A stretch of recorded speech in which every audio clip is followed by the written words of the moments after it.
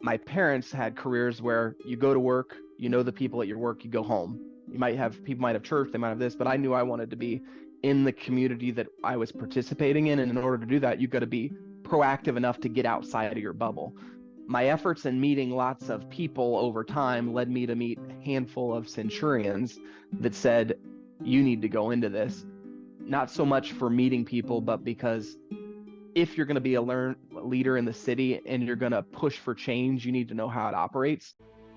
In a corporate world where all employees have great leaders with no egos that create fun cultures where people can do their best work, the employees and companies thrive while doing great things for the customers, themselves, and each other. Well, we know that rarely happens. I'm Jeff Palacio. I have been a leader for over 40 years for every t-shirt size company, from small 16 employees to extra large over 1 million. Please join me while I interview outstanding leaders that will share stories of great leadership and not so great. It will help you become a better leader while poking fun about all the crazy shit that happens in corporate America.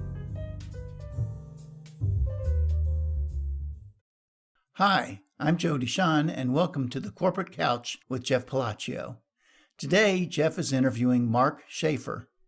Marc is a certified financial planner and the CEO and principal of Circe Financial Services Incorporated. He is also an accredited investment fiduciary and an enrolled agent with the IRS. Marc earned a Bachelor of Science degree in personal finance and personal financial planning with minors in business administration and economics from Kansas State University. You can learn more about Marc at circefinancial.com. Let's listen as Jeff talks to Marc.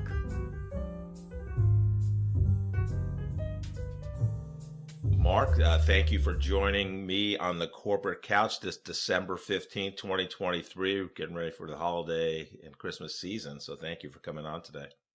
Yep, glad to be here. Yeah, so we go back to the Introducing Awesome Peer Advisory Group that Mick Johnson started, which I believe is 2015. I did not go back, but we had a great group, and you were one of the several people I stayed in touch with and became friends with. So even more so afterwards, it was we connected better even after the group. Yeah, totally. Because we figured, hey, we saw each other once a month.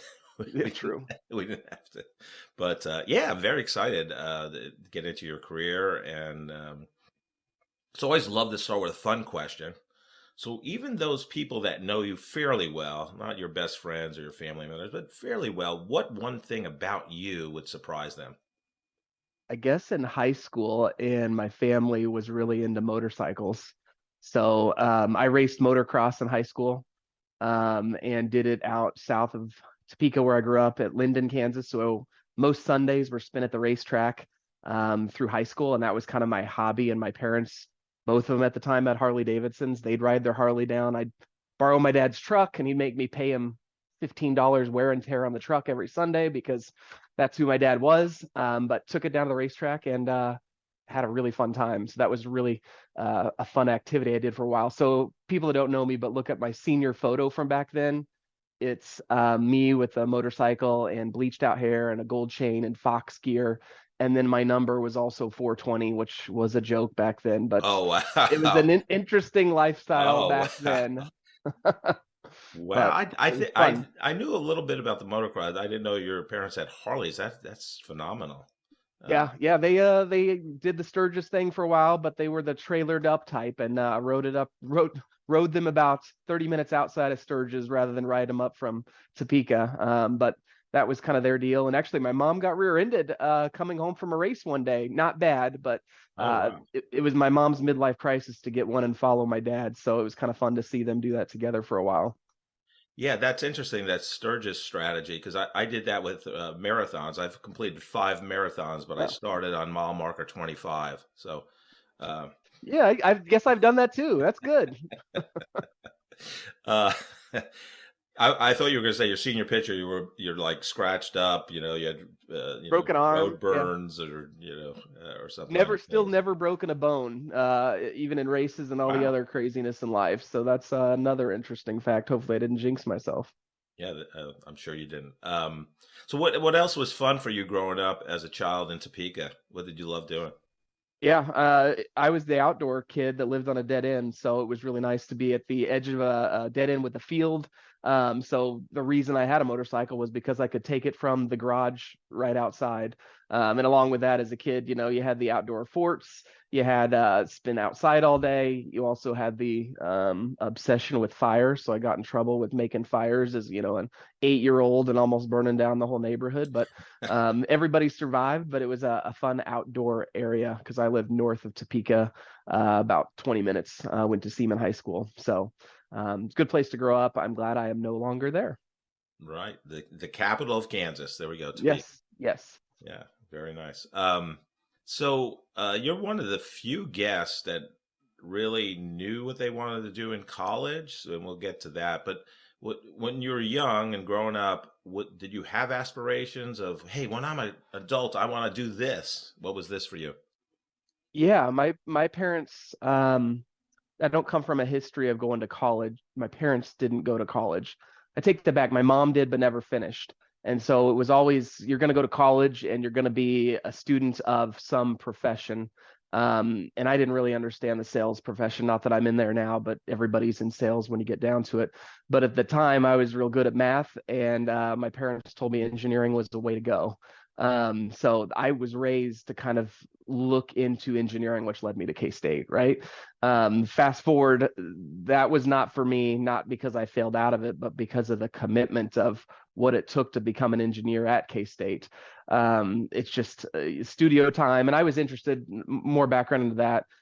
I had an obsession with man-made things. So if you think about buildings and bridges, the pyramids, you could say I kind of, that led into some of my international travel later on in life to appreciate architecture. But I thought it would be amazing to design things like that. Hong Kong's one of my favorite cities, but it's got a man-made island where their airport is, and that just blows me away about things that can be created. And everybody asks me if you're obsessed with that or have you been to Dubai, and I haven't been there yet, but it's on a list. But since my parents didn't go to college, that was just what you were going to do. And since they didn't have experience, like a lot of friends nowadays, and even the clients I'm advising, it's amazing what people do prepping their even their seventh grader to get ready for college early. But even the touring of colleges now all over the country, for me it was KU's 20 minutes from Topeka and K-State's an hour, so you get to pick. And it worked out just fine. My parents were more of KU fans. I'm the K-Stater now. That's the odd duck in the family, but it's created some fun rivalry as well. Yeah, Mark saying he's a K-Stater is a gross understatement. When he bleeds, it comes out purple, the K-State colors. It's true. So you started at K-State as an engineering major. That was you. You declared it as an engineer. Yep. Engineering Matter of major. fact, I even lived in, for the K-Staters that know, Marlat Hall. Fifth floor was freshmen, engineers, very different type of people. Right. So it's the quiet hall. It was an all guys dorm, which was fine, but was a different experience than a lot of other people had going to the being Greek and going through that whole process. Right. So it's for more of the serious people that are going to be committed to engineering.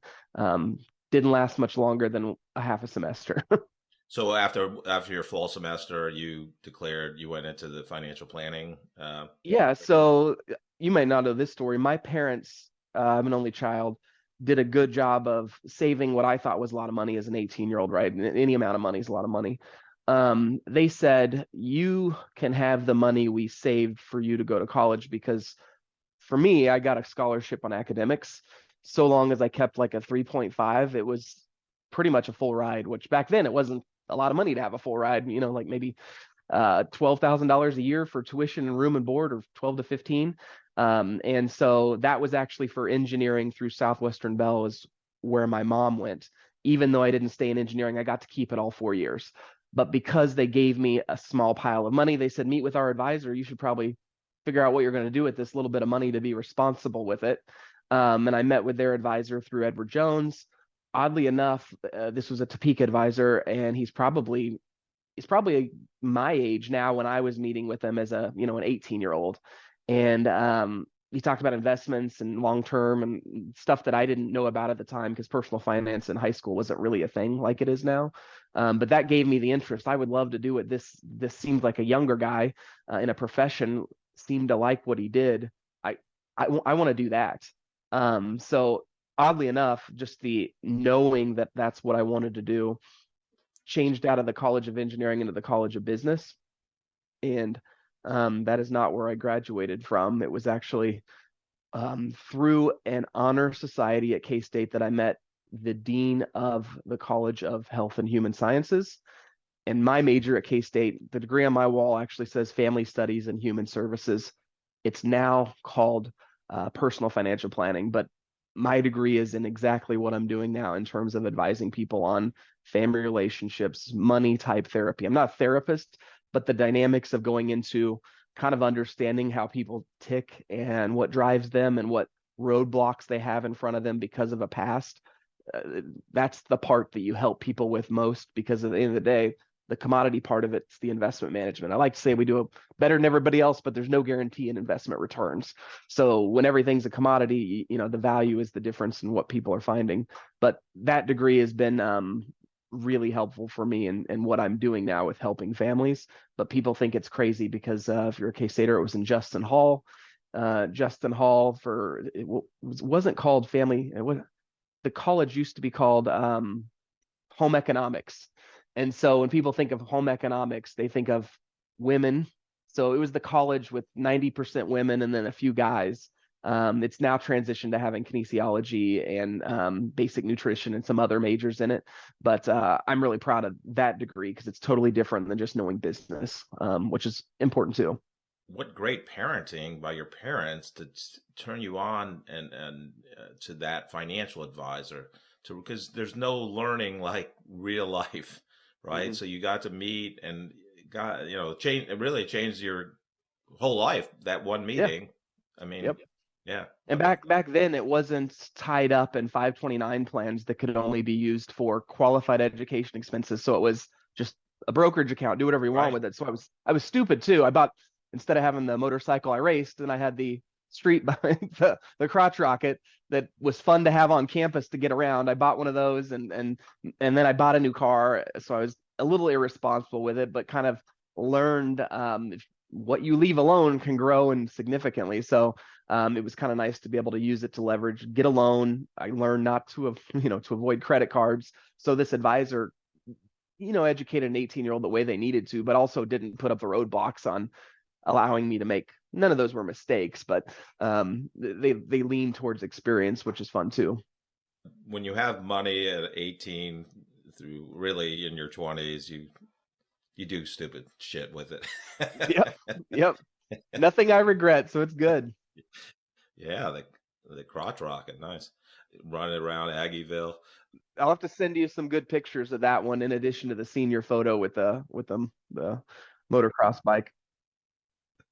So you graduate from K-State, Little Apple, and tell us about your first job out of college and how'd you get it? Yeah, that's a fun story. I thought that I wanted to go away. Kansas City's not that far from Topeka. And so what my friends did is we got in the car and thought of it as a career day in Dallas. It was more of a drinking trip to Dallas. And so that was very interesting. We went down there to a financial planning association meeting, met up with friends that were prior graduates in the program down there. I think we made it to the FPA meeting for all of 2 hours. It was a 2-day conference. But it was there that I met a K-State alum who graduated from financial planning a year or two before me.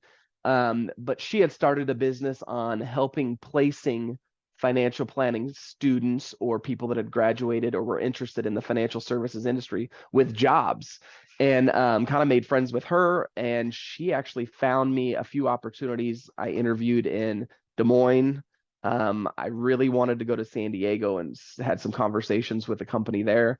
And then it also led to a conversation with a company in St. Louis. And I ended up in St. Louis for my first job, which was interesting. Didn't know anybody at all there. I kind of graduated K-State. I felt like I came to like you're in a haze, and all of a sudden I'm in St. Louis, and I'm like, oh yeah, I don't know anybody here.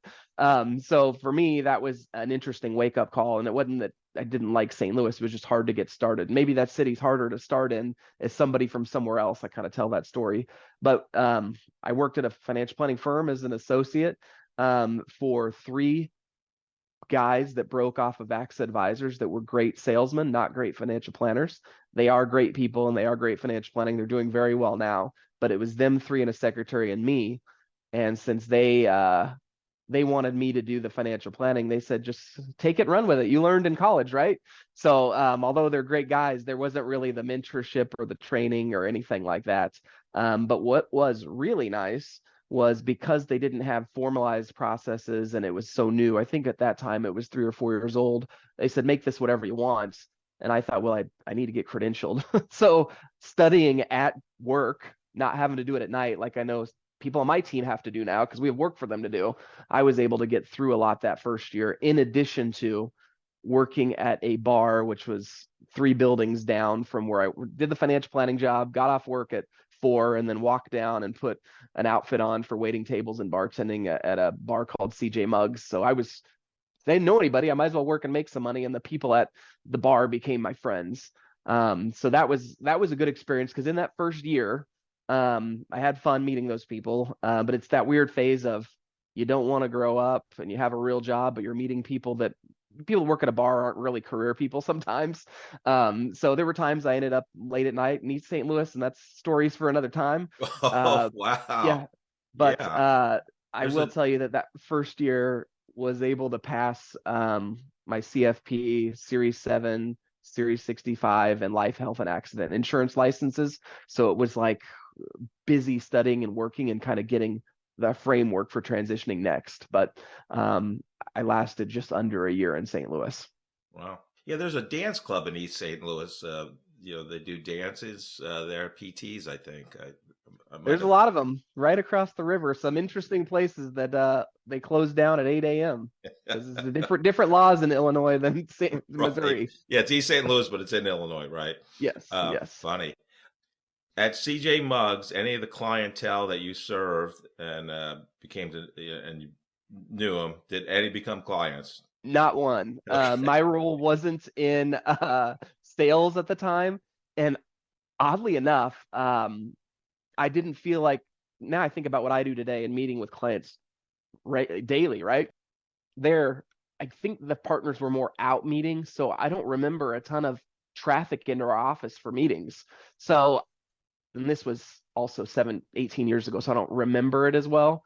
But and I didn't get the experience of sitting in with client meetings like we're trying to give our new team members where I'm at now. So it's interesting. I don't know what I did the whole time. Studied and passed tests, I Right. guess, which worked out well. But it was a different experience than what I had when I transitioned to Searcy.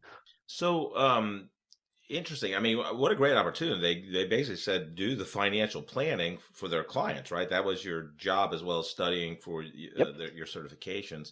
So, the economy was really good then, right? So Oh you yeah. probably looked really good to them True. and your clients just because, Yep. it was a great economy. So it wasn't hard to have success. So You fall into it almost. yeah, a Yes. little bit. Yeah, interesting. But yeah, well, I mean, it was great. I mean, that's wonderful. So how did you, after your time there, when did you decide Oh, to come to Kansas City? How did you end up at Cersei? yeah. So I was in college. The program took students up to Kansas City, probably a couple times a semester to go to what's called the Financial Planning Association chapter meeting. It's interesting because fast forward, I've been president of that organization now. I'm still involved. You're going to be my guest in January at the meeting, so that's going to be fun too. That's right. But I would go there as a student, and they encourage us don't sit with your friends. So I sat at a table with Mr. Mike Searcy and got to know him. I still have the business card because I keep them and write information on the back of who I met. And I saw him drive away. I remember it because Mike was particularly proud. He drove a little Mercedes SL 550 at the time, which was like the Mercedes Corvette, tiny car convertible. And I was like, that guy must do really well. I want to learn more from him.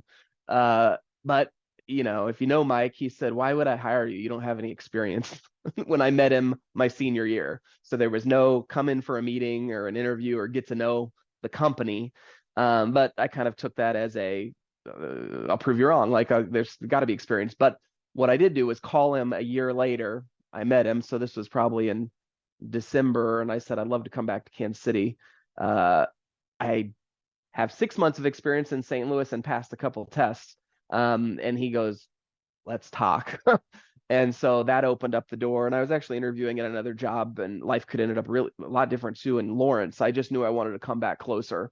It ended up Searcy was the place where I'd land. But the reason that I liked the independent financial services companies from the beginning, and I could have gone to Edward Jones. And Edward Jones is where I had my money invested. I had my advisor. I actually did an internship in Manhattan for 2 years for a different advisor than was mine, because you can't work for the one you have your money with. I wanted to go somewhere where there was a chance for ownership in the future, because I think that's the real way to build wealth, is through ownership in a business, and choosing your spouse wisely helps too.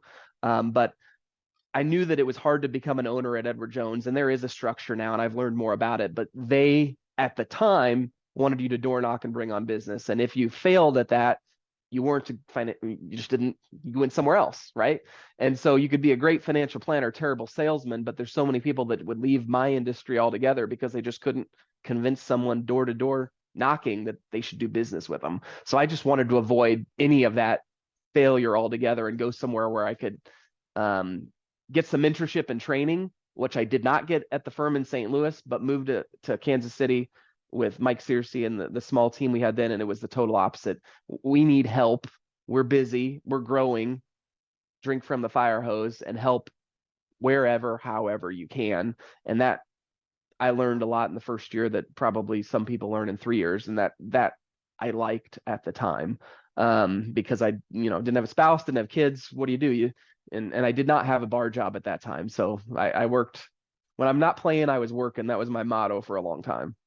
A theme that comes up twice, at least what you said. So you met a former K-Stater in Dallas on your, kind of guy's trip down there to do some career research, that got you the first job. So through a relationship, and then you met Mike, in college, and then reached out to him. So you're one of the best relationship builders, I believe, in Kansas City. You meet with, it could be somebody that's, may need help because they just spent 30 years at a large company or small company, and now they're out on their own, where you can, possibly help them as a client, or a recent college graduate that needs advice, whether in your field or any field, and everything in between. So how did you build that desire and want to really help other people and network and build relationships? I don't know where that source started. I will tell you, and maybe it leads into it. My parents worked at jobs that they didn't really like, that they were in a race to be done with. Great jobs. It was a job. It wasn't like a passion, right? And my dad built tires at Goodyear Tire Company, a union worker, got a great pension and retirement. I think he retired at 56. My mom worked for 30 years at Southwestern Bell, like her mother did. And my grandfather also worked at Goodyear. So the tradition of going into these things that are good jobs, but not, you're just clocking in and clocking out, was kind of the way I saw it. In addition to that, it wasn't so much of a social job where you're meeting people. And my dad was an assembly line, right? And so I thought, I don't want to get into something where I'm in a race to be done. I want to get in something where it's relationship based, it's with people. I get satisfaction by getting to know them better. And then you've heard the quote, I forget who says it, if you help enough people get what you want, you get what they want, you get what you want. There's a lot of truth in, yes. And so I kind of adopted that mentality and decided to go into a relationship type business. And since I'm really not a salesperson. I like to just say I like to connect people and resources and let the sales take care of itself. And the wonderful part about where I've been at, is if we didn't bring on any business, nobody's getting fired. I mean, what I'm trying to do now is create a culture of helping people, and sometimes it takes longer for that to lead to business growth, but we're not going anywhere. So just help people and just let it happen. And if something fails, you fail forward, right? So part of it is just the way I was raised in a small family as a single, only child. I also looked out to other bigger families, and this is why I kind of want a bigger family myself. And Bridget and I have been working on that because I just had small family with no drama. Families that don't have drama, love my family, but it's boring. So I always went to the families that had the issues, the dynamics, and I kind of loved that, even though some of it was drama. But I think that's kind of where I fell into figuring out if you help the people, you get the biggest satisfaction isn't delivering a good return on money. It's that you made a difference. And a lot of people will say that, but it's a career of making difference in people's life outside of finances too. So I know you're an avid reader and you're always trying to improve yourself in all your facets and your roles in your life. Was there a book in your early 20s that really impacted you? Um, I'm looking at some books over here. My mentor, who was the dean at K-State, Bill Meredith, he had me read Think and Grow Rich and Napoleon Hill. That's a lot of people's first book and step into personal development. So I would say it was that one. If you know Dan Odell, this was years later, he had a book review on The Greatest Salesman in the World, which is by Og Mandino, and it has nothing to do with being a great salesman. If you read the book, you'll find out. That's another big one. And then probably in the last 6 years, Promptings is a book. Have you heard of that one? No, I haven't. It's by the uh, founder of Send Out Cards. So you can imagine that the prompting is send a note when you get a prompt. But the whole premise of the book is act on everything that you get prompted to do, and you get pleasantly surprised. And it doesn't have to be a personal note. It could be calling and telling your parents you love them, or sending little personal gifts. Giftology is a book I like for the ideas on the nice things I do for people that kind of make them say, wow, he cares. Because the other quote is, people don't know how much you know until they know how much you care. So I just said a lot of books, but self-development has kind of been a practice of mine just because I enjoy it. My wife wishes I learned or read less of those or read more for fun, but here's the one on my desk now. 10 times is easier than 2 times. Right. End of Yes. year Well, goals for the company and everything. So it's some good stuff in the future, but that's a little I'm in the phase of trying to figure out how to balance time with family life too. So grinding maybe not as much fun as it used to be for me. yeah, let's chat a little bit about that. I mean, what advice you had children later in life than I will say the average person. What I mean, tell the audience a little bit about how you're in a certain routine for years professionally and personally, Mhm. and then later in life you have your first child. How did Mhm. that? What was that dynamic, and how did you um, adjust to it as an older adult Yeah. having a first child? Dating in Kansas City can be interesting. And you heard me say it earlier, choosing your spouse is often a financial success, or it can wear you down. And it's no secret that Mike Searcy went through a divorce when I started working for his company. So I saw how that impacted him, well, not only financially, but just emotionally, psychology, all of it. It slows down your business because your ability to want to meet new people and keep growing. But I probably dated the wrong people for a while and realized that, and also probably had an issue at one time of it wasn't uncommon for me to be at the office on a Tuesday night at 11 p.m. still working. And I might go run and then run an errand and eat dinner and then go back.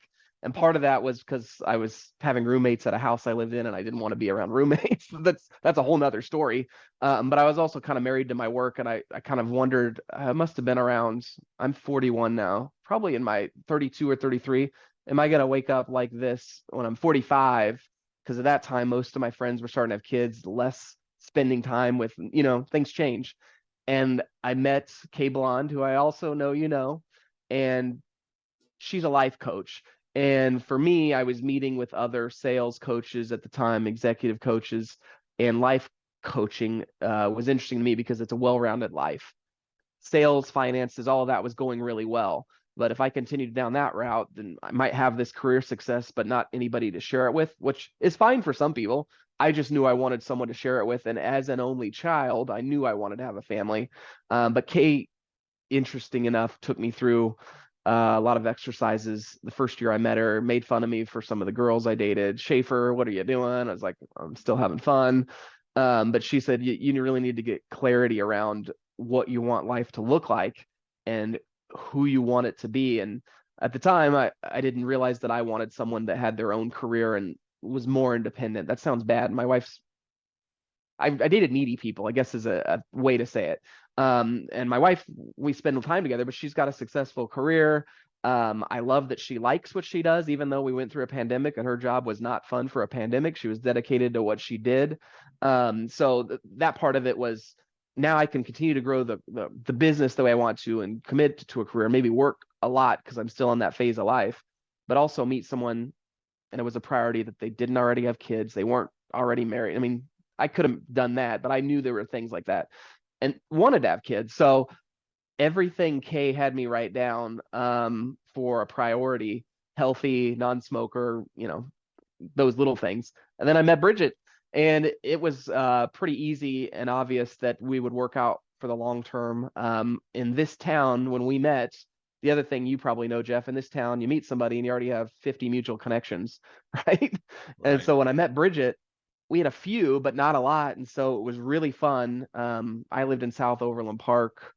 She thought South Kansas City was 51st and Main. She worked in Independence. Like, there's this divide. She's Missouri, I'm Kansas. She's from St. Louis. Um, Totally new friend group. She's still at the phase of drinking and having fun, which I was in at the time. We kid that if we met 5 years before that, we probably wouldn't have gotten married. But I credit Kay to kind of directing me and making it a priority. And oddly enough, through life coaching, this is you write the wheel, and the important things are relationship, family, spirituality, finances, career. I might be missing one, but you kind of, if they're not well rounded, you need to focus on the ones that aren't as good. And if you focus on that, the other ones get better too. So I thought before I just keep what I'm good at, the finances and the business building, but that didn't make the other things better. So it's worked out really well. And how long have I been married? 5 years. So got married at 36. So that was the perfect time for us to get married. Bridget's 3 years younger than me. So yeah, it's been an interesting ride. But we look at each other every day and say, glad we met when we did. Yeah. I've never done this with a guest before, but I actually have 3 of your ex-girlfriends in the waiting room, so I'm going to bring Oh yeah, them yeah, on. let's And do that. just This is kidding. good. Some of the funny, you're like this then. The funny thing is, in my office they make fun of me because some of without giving out information, the funny thing is Mark dates a girl and then they become a client. So it was my business prospecting thing for a while. It was just funny how Oh, God. you date somebody, they get trust, you get to know them. So Well, that I says a never lot burned about your bridges. character, though. I Yeah, mean, you never burned you bridges. broke up with them, but they still became a client or So remained did a so did client. their mom. It's funny how the world works. Yes. Yeah, that is funny. Yes. Well, what advice would you have for another career professional that has children later on in life in their late 30s, early Yeah, you 40s? know this piece of advice is coming, and I didn't even do it till later either. Is have fun obviously, but also travel. I'm in the phase of traveling a lot harder than it used to be. And you have to be very intentional about travel. If you don't plan it, it doesn't happen, right? And so I think people that are young, and at the time when I took my first bigger trip, I said no for, I don't know, 8 years to my mentor who kept inviting me to go to China. I said, I don't really have the time. And I don't really have the money at the time. And then I thought about it, and I thought if I said that for the next 30 years, then I wouldn't go anywhere and I wouldn't have had the experience, nor would I have got the motivation to kind of stretch and grow a little bit. And oddly enough, you stretch and grow a little bit, things find a way to afford themselves. And so I encourage all people to travel. And a lot of those people that are interested in it for a while there, I was adding them into my list of invites because this now is that I try to organize an annual trip. Pandemic's put a halt on some of it the last few years, but tried to do an annual international trip. And it was just friends that I'd invite. And we can go into that if you want to, of how that started, but traveling's definitely a priority for people. And then I always say fail forward because, if you're um, my dad will probably listen to this. He's very conservative and never took risks in life. And there's nothing wrong with that, but that drove me to say, I got to take risks because those are the things that even if they don't pay off, they create good stories and learning opportunities. But take risk and fail forward is kind of, and the other quote I live by is if I did everything again in life, I would have failed or done the same things, but failed earlier because you really kind of bounce back if they're right. Yeah, no, great advice. So when you started at Cersei, so now you're, I'll say, a real financial advisor. What kind of was the biggest surprise, uh, you know, at that point in your career? Like you were like, oh my God, I didn't know Oh, this. yeah. Um, well, I went to college learning about financial planning, but I come from a background where, my parents still had enough money to retire, but Topeka money is different than Kansas City money is, which is different than East Coast money, and the family and the dynamics and transition. And Mike seriously had built a firm of helping with physicians. So my job was to come in and support the client base he built over that time, 30 years probably. And so all these people are 60-year-old successful physicians. And I'm just like, does everybody have money?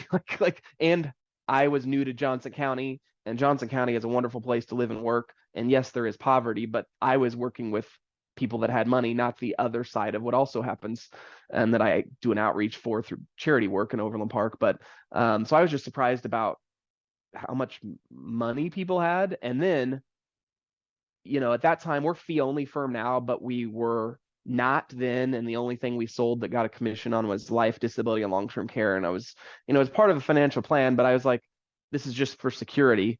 First few years at Seriously, I found out that people do die from whatever, there's a reason for life insurance. Someone gets cancer and dies at 35. That shit happens. People get disabled where they can't work and their whole life changes. Disability insurance can at least make sure that's fine. And long-term care, seeing a lot of that now. It's people can live a long time in a state where they can't take care of themselves, and the expense for that is expensive. So long-term care was kind of we sold some of that in the first few years of my career because we were still selling insurance. So I was just surprised that I thought you just sold these things and nobody ever made a claim, but life happens. It's interesting. And you have to be there for the transition, the support of the survivor, or, it's a job that can be very fulfilling, but it's also the job where you end up at these people's funerals because they're your friends too. So money and just life transitions just continue to happen when you help and know enough people. Yeah, because when you're in your early mid 20s, you're not thinking about death, right? No. Yeah. So you're one of the few guests, as I mentioned earlier, that not only knew in college what they wanted to do, at least after the first semester, but also basically worked for the same company their entire career. So you've had a great career there, but you've become an owner, partner, and a CFO. So now you're the CFO. So what? So you spent the vast majority of your career as a wealth advisor. You're one of the best in Kansas City, but now you're like you have to wear another hat. So what was your approach to becoming the CFO? How did you prepare yourself? Yeah, that's a good question. I'll back up. I didn't bring on any business the first 5 years of working at Searcy. And so for a while there, maybe when the first 5 years, 4 years, 3 years, there was the question of will this plan work, because it's hard to buy a company that's not growing anymore, because when the founder leaves, that is the source for all new business, and we're managing a client base of 70-year-olds, it's a dying business, right? And so I knew that at some point that and Mike has always been open with me. Mike, seriously, he goes, if you want to be an owner, the plan is for you to be an owner, but I'm going to set you up for success and you're going to have to do things that aren't comfortable. And I am definitely not a salesman, but he says you just need to plant seeds everywhere you go and help. If you're in this business long enough, it will bless you in ways you never imagined. And 17, 18 years later, it's true. But he's like, after I passed these exams, as a student, you're like, I've made it. I'm great in financial planning. I'm a CFP. He said, yeah, but you really suck at tax. I was like, yeah, that's true. So I had to get another credential. So I did all this back work of knowledge before I went out and tried to prove to people that paying me was worth the knowledge I was providing, because I wasn't comfortable doing that if the mistakes, or the firm had a reputation for helping and I could lean on Mike, but I also didn't want to bring on clients and drag them to the next place. Like, I didn't like it here. Will you follow me to the next place? And then that's a whole issue too. But I think to prep me, after I got credentialed, Mike said, you just need to get involved and get to know people. You're a nice person, Mark. People like you. Go out and get involved. And at that time, he said, is there a not-for-profit you like? At that point in life hadn't happened. Like right now, my mom just passed away from leukemia and cancer. So I'm passionate about, LLS. And then, kids, and I have young kids, so early ed, I'm involved in Growing Futures. So there's boards that I'm interested in. And by the time I didn't know, and he said, well, Rotary just introduces you to a lot of different charities and leaders within the community. You should come to my Rotary Club. And I said, I do not want to go to Rotary where you go every week. I don't want to be under your shadow. So I did the research and joined a different club, and I credit the Overland Park South Rotary Club for a lot of leadership development. It's where I got a lot of mentors that helped me, of course, meet more people. But when I was becoming an owner and I had legal documents I was reviewing, and I had, lawyers in my club that I could ask and bounce questions off about buying into the business, and accountants. And then it just became a network of friends, some of which, have become clients over the years. But Rotary really opened me up to getting comfortable in front of groups and presenting. And fast forward, served in some leadership capacities in Rotaries and traveled internationally for Rotary to the international convention to Portugal. This has probably been 9 years ago. So that really prepped me for the social part of it. In my business, you can't do everything. So, Mike did it as a one-man show for a long time. I came on and was supporting him, and Mike recognized that you can't be good at everything, especially if it's a firm that's growing beyond you. So he was strategic in finding they're now partners that are talented in other things. Remember I said in the beginning, in college, I loved math and spreadsheets. That's led into loving watching profit and loss statements, figuring out where you can cut expenses, what you can invest in to make the bottom line higher. And of course, if I'm in business development, contributing to the bottom line. So I just love that part of it, and I'm very organized.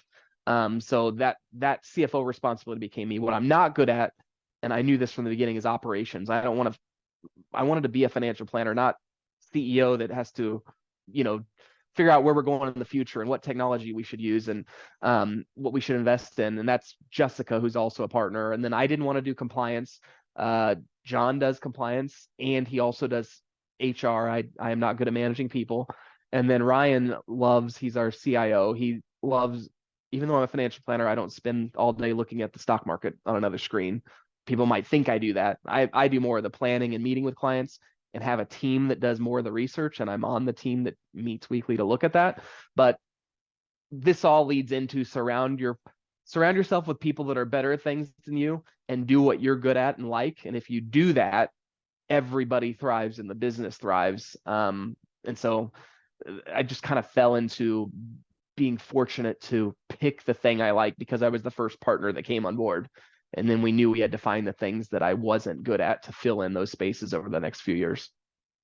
Yeah, no, that's a great strategy, and it's smart, and that's what you should be doing. So, I love your volunteering, and we've talked about that in the past. But you've also gotten a lot of, I'll say, accolades, awards.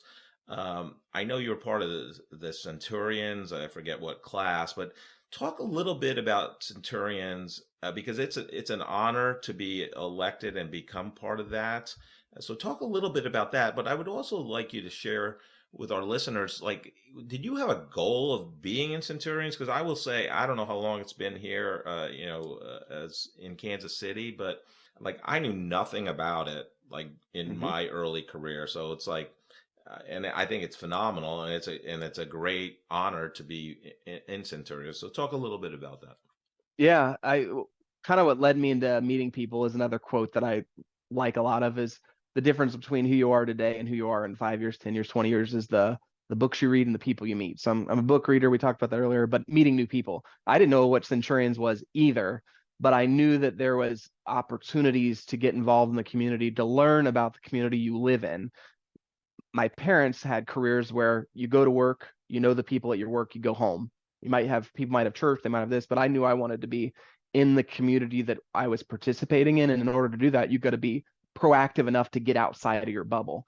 Rotary did that for me, right? But Centurions is what's their motto? Learn, serve, lead. And it's organized by the chamber. My efforts in meeting lots of people over time led me to meet a handful of Centurions that said, you need to go into this.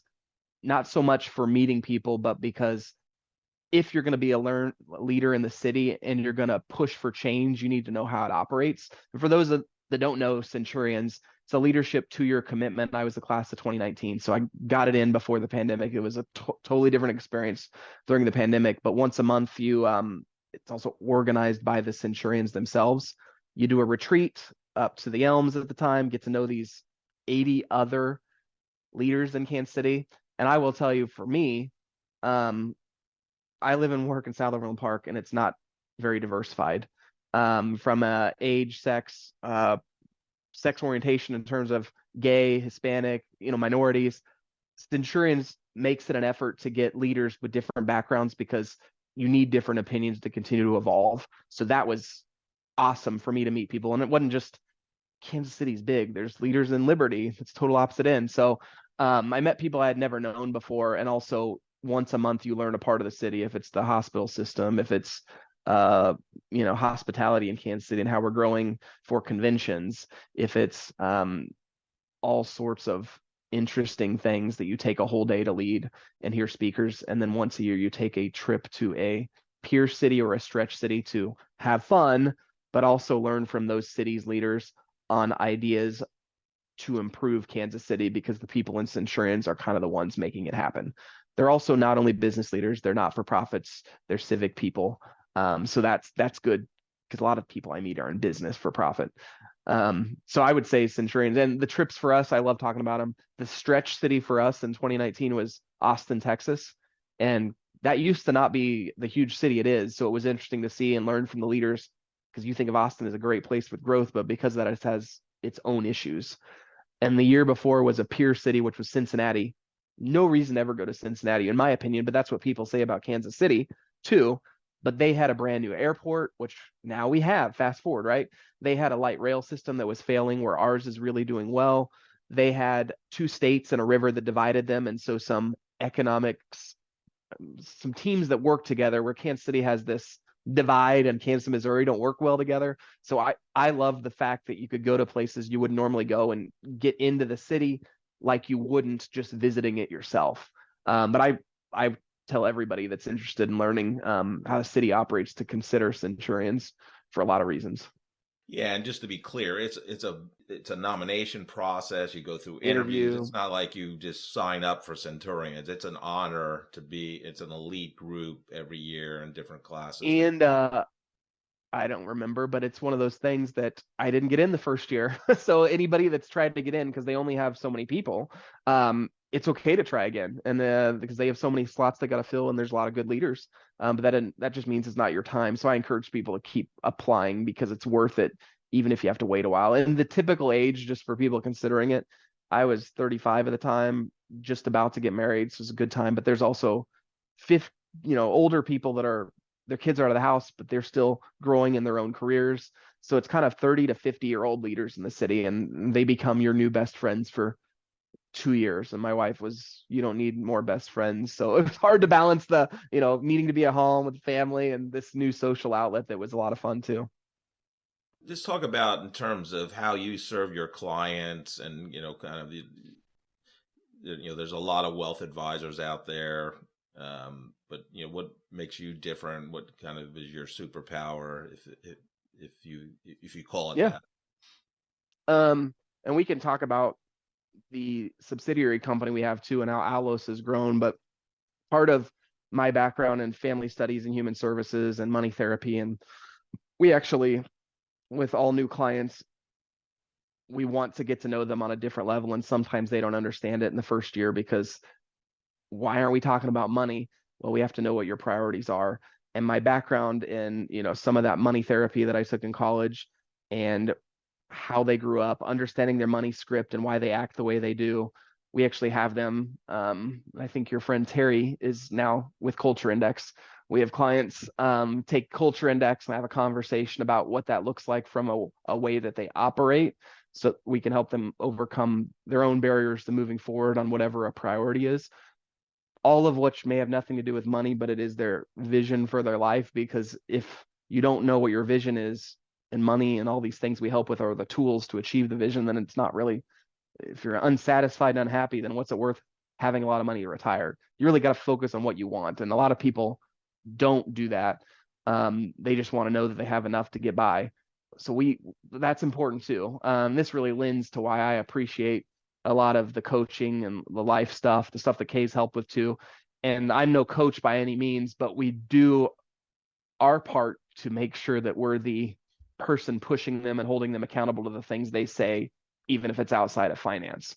So that some people don't appreciate that. Like, just get good returns on my money and tell me what to do. That's fine too, but we attract more of the people that find the value. Matter of fact, someone recently came in and they're hiring us, and they work for another finance firm you would recognize, but they want the outside perspective outside of the advisors they know on their team, but also to be I will call it a mediator between helping, in this case, the wife understand the long-term plan, so that if something happens to him, and this is a young guy, but he wants her to participate in the process and understand the pros and the cons of the decisions that they're making today.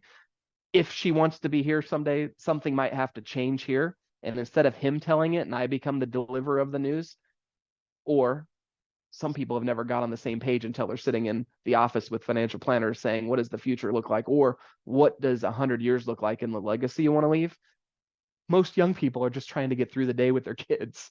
So we slow them down enough to have them think through that, because if you don't slow down and think and write and have accountability, a lot of that stuff never happens. I like to think that a lot of financial planners do that same thing, but unfortunately a lot of them don't too. But it's a wide industry, and there's good people and there's bad people in the financial services industry. So I don't know if that makes this different, but that's what I like about what I do for them. I find my satisfaction out of that piece of it. Mark, there's two groups I'd love to help with great leaders like yourself and their advice and insight. So the first group is recent college graduates. So now you've graduated from your college or university, you're about to embark on your first professional job post-college and your professional career. What advice do you have for them as they do their job search for their first job? I would definitely say stay connected in a way that's manageable with everybody you meet. You never know what's going to come back around, right? I'm OCD about a CRM system, keeping people's contact information, finding a way to stay in front of them. And that can be a number of things through, if it's business, through my company newsletter. If it's personal, it's through connecting on the social media channels. And then also, and Mick Johnson will lead to knowing this, trying to get to know people on a different level and being open about and vulnerable about who you are. So then you really get to know somebody. Otherwise, it's the small talk. So like Mick, I try to jump right in and get to know people. And then also I'm vulnerable, so it allows them to be. So I would get to know people on a different basis. Remember the small things about them, and the way you remember, because at some point you meet a lot of people and you can't remember everything, is the documentation side of it and the CRM side of it, client relationship management system.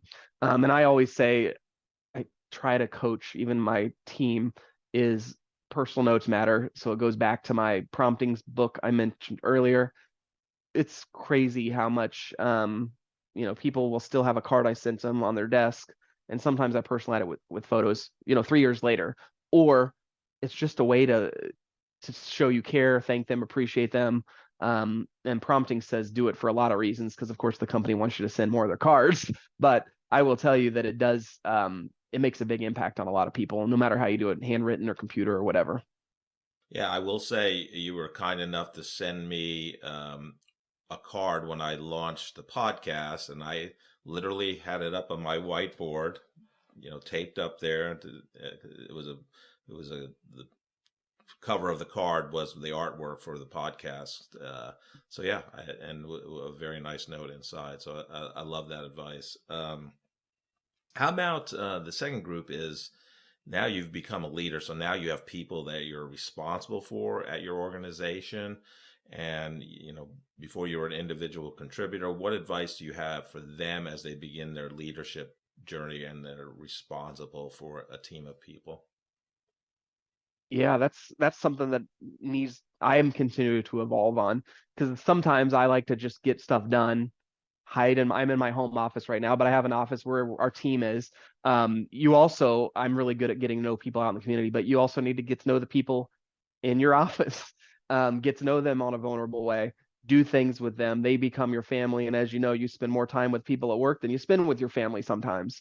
And I continue to struggle with this because if I'm doing that, I'm not being productive at work. But if you can invest in them and they feel comfortable with who you are, and they become more willing to help you on business, personal, and I would also say let people run with things. For a while there, I can just do it. I can just do it. And then I wondered why I was working later and nobody else was. People want to help you if you create a culture for it. You just need to continue to teach them, delegate, or say, run this however you want. If they're the trusting team member, that gives them more responsibility and confidence in doing other things later. So I would say lean on the team. And in my business, it's not building silos. It's not Mark's clients or Brenda's clients or John. It's the company. So if I win, they win. If they win, we win. It's kind of, you got to create a culture like that, and culture is important. And it can also be, we've had experience bringing someone in that didn't match the culture, that can be interesting as well. They don't last long, and they elect themselves out to some extent because they don't feel comfortable. But you also, this, you have to protect the culture too. And now we're having cultures with virtual people, which that's probably been Jessica, our CEO's in Phoenix. Mike, the founder, has moved to Florida. Our marketing person that was here is now in Omaha. And now we've started hiring people in different cities. So even though they're not in your office every day, there's still an overarching culture and a proactive way that leaders need to continue to reach out and talk to them, because you don't sit with them after a meeting to just chat. It's the client meeting's done, you log off the Zoom, and you don't talk to them like you would in the office. So I think a lot of companies are figuring out how to do that. And I struggle with it because I'm like, done, go to the next thing. But you got to make an effort to continue to check in with them in different ways. Yeah, no, that I love that advice, and I love your vulnerability, saying you're still on your leadership journey, and as we all are, no matter how many years of experience doing it, because it's not a destination. So, Mark, thank you so much for coming on the Corporate Couch today. You're a gift to the Kansas City community. I love that you love to help people, no matter what stage of life they're in, not only on financial advice, but just connecting people that can help each other. So I really appreciate coming on today. Yeah, thank you for having me. Love the conversation with Mark. He's just one of the most generous connectors in Kansas City. He's just always trying to add value to people, and I love his approach. I mean, he'll meet with a CEO, executives that have lost their jobs or have retired, and he'll meet with a recent college graduate to try to help them navigate his jobs, their job search. He's just that old school Bob Berg, the go-giver mentality, and it's fun. And he just loves K-State. He bleeds K-State purple. Um, it's so funny. And I didn't know he was a motocross racer. All sorts of stuff that you learn from all this. And what about his number, 420? That was interesting. He's pretty clean cut. So that he said we were going to get into another episode to talk about his motocross racing days, I guess. He was apparently a different person at the time than I guess. I don't know. The one thing we didn't talk about that I know about him, his follow-up skills are just second to none. Like it's almost robotic. It's crazy. And that's why we got into I asked him about having kids so late in life, because you get into a pattern. He was single later on in life. I mean, it's all relative, but before he got married and had kids later. He just had a second child recently, because I want to understand that, because you get in and set patterns and how he's changed and all that, but he's still incredible on follow-ups. Yeah, it's rough. I'm very familiar with having children late in life, because I was 40 when my first and only child was born, and boy, everything goes upside down when that happens. Especially you're pretty set in your ways. I was very much set in my ways, and we had a lot of adjustments to make for the next about 22 years. And then finally he grew out of it. I love it. What was your take on Mark's conversation? We always talk about the career paths that people take, and Mark had one of the most direct career paths we have ever seen. We get some people that zigzag all over the place. And Mark said, from the very beginning, I knew I was going to be a financial planner. And it's funny, because that is so much not what his parents did. His parents were both blue collar, kind of factory workers. You punch in, you punch out, and you put in your hours until you retire, and then you're done. And that's not at all what describes what a financial planner would be. But he knew that immediately, even though he really didn't have a lot with it.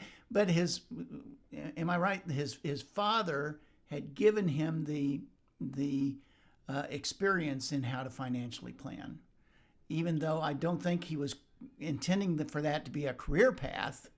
But somehow he saved up enough money and financed his college and financed his motorcycle. He set him up with the financial planner, and that's where Mark learned from, which was incredible. But it's interesting that's not. I don't think that's what his father had intended. His father was doing it because it was the right thing to do. Right. And he was gifting his child with this knowledge, but I don't think he was intending it to be, oh, by the way, this is what your career is going to be. Oh, no, absolutely not. But that's the way that it turned out. Right. And I think the message for our listeners then is you don't know what it's going to be. You don't, your life is the product of all the experiences that you've had leading up to that. But you don't know what the final outcome is going to be until it is. And so I just found this whole concept of all of our people that we've been talking to and their individual career paths, and it seems like everybody has a different career path, and it's appropriate for whoever it is that we're talking to at that moment in time, which is kind of a nice lesson to learn in life. Yeah, and it's amazing that no one really, except Mark, you took it straight through. I mean, he talked about architecture and engineering, but I mean, like, he knew, what he wanted to do, and is still doing it. Right, and that's certainly not what I did, and that's not what you did. No. Somebody asked me once if I had a career strategy. I said, hell no. Maybe I should have, but I had a history teacher one time that told me that we literally go through life walking backwards. That it's very easy to tell what's going on behind us, but going forward you can only see peripherally. I thought that was pretty smart. Interesting. What other leadership advice do you have for our great listeners today? The advice that we're going to get today comes from that great philosopher Stephen Wright, who one time said, "A conscience is what hurts when all your other parts feel so good." Thank you so much for listening to this episode of The Corporate Couch. If you enjoy the podcast, I would love for you to take 2 minutes out of your day to rate us 5 stars and write a review. Please join me next week to learn from another great leader sharing their professional journey and insights.